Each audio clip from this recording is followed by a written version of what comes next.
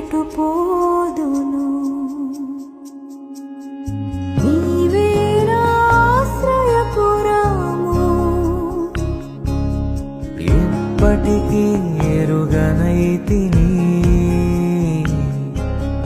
నీ కుమారుడను నేనని నీ కంటి పాపగా నన్ను కాచితివి